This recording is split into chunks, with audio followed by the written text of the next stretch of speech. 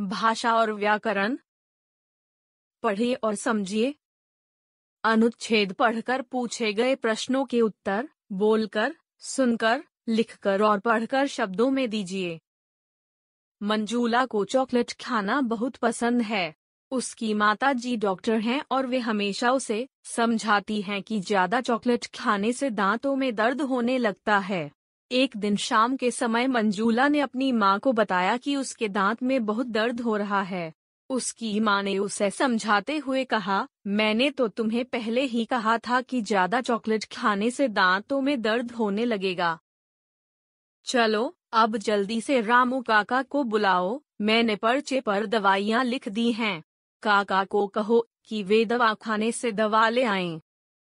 एक दूसरे तक अपनी बात पहुंचाने का साधन भाषा कहलाता है। बच्चा जो भाषा सबसे पहले अपने परिवार, माता पिता के साथ बोलता है वह उसकी मातृभाषा होती है। हमारे देश में हिंदी सबसे अधिक बोली व समझी जाती है। भाषा के रूप। भाषा के दो रूप होते हैं। भाषा, मौखिक भाषा, लिखित भाषा। मौखिक भाषा। मौखिक का अर्थ है बोलना। जब हम बोलकर अपनी बात दूसरों तक पहुंचाते हैं और दूसरे उसे सुनकर समझते हैं, तो वह भाषा का मौखिक रूप कहलाता है।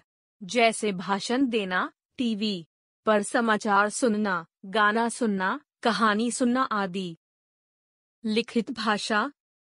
लिखित का अर्थ है लिखा हुआ रूप। जब हम लिखकर अपनी बात दूसरों तक पहुंचाते हैं और दूसरे उसे पढ़कर समझते हैं, तो वह भाषा का लिखित रूप कहलाता है। जैसे पत्र लिखना, समाचार पत्र गढ़ना, एस भेजना, ईमेल भेजना, निबंध लिखना आदि। भाषा के कौशल। भाषा के 4 कौशल होते हैं। भाषा के कौशल: बोलना, सुनना, लिखना, पढ़ना। अन्य भाषाएं। विश्व में अनेक भाषाएं बोली जाती हैं जैसे अंग्रेजी, जापानी, चीनी, जर्मन आदि। पूरे विश्व में बोली जाने वाली भाषाओं की संख्या लगभग 3000 है। इसी प्रकार हमारे देश में भी हर राज्य की अपनी भाषा है। आइए जानें। राज्य भाषा। पंजाब, पंजाबी। आंध्र प्रदेश, तेलुगु। तमिलनाडु, तमिल। उड़ीसा, उड़िया। पश्चिम बंगाल, बंगाली। जम्मू एवं कश्मीर, कश्मीरी। महाराष्ट्र, मराठी। कर्नाटक, कन्नड़। गुजरात, गुजराती। केरल, मलयालम। ये भी जानिए, हिंदी हमारी राजभाषा है। इसका प्रयोग बहुत से राज्यों में किया जाता है। हम हर वर्ष 14 सितंबर को हिंदी दिवस मनाते हैं, क्योंकि इस दिन यानी 14 सितंबर 1949 के दिन हिंदी को राजभाषा के रूप में स्वीकार किया गया था। लिपि। बोलते समय जो ध्वनियाँ हमारे मुख से निकलती हैं, उन ध्वनियों को लिखने के लिए कुछ चिन्ह होते हैं। यही चिन्ह लिपि कहलाते हैं, अर्थात भाषा के लिखने के ढंग को लिपि कहते हैं। भाषा को लिखने के लिए निर्धारित किए गए चिन्हों को लिपि कहते हैं। आइए कुछ भाषाओं की लिपियां जानें। भाषा।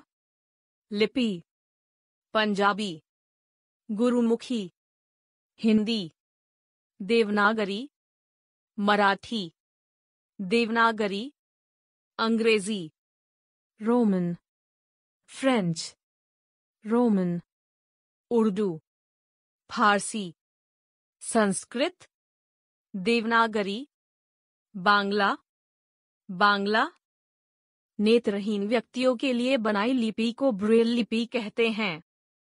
व्याकरण।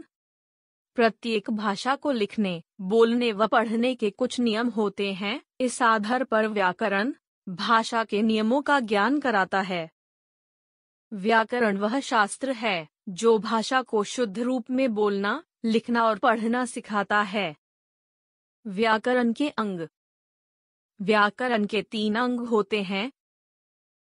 व्याकरण के अंग: वर्ण विचार, शब्द विचार, वाक्य विचार।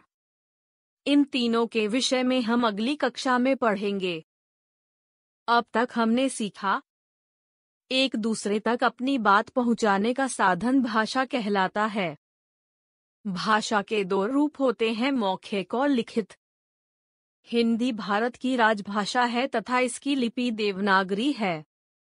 भाषा को लिखने के लिए निर्धारित किए गए चिन्हों को लिपि कहते हैं। हर वर्ष 14 सितंबर के दिन हिंदी दिवस मनाया जाता है। व्याकरण वह शास्त्र है जो भाषा को शुद्ध रूप में बोलना, पढ़ना और लिखना सिखाता है।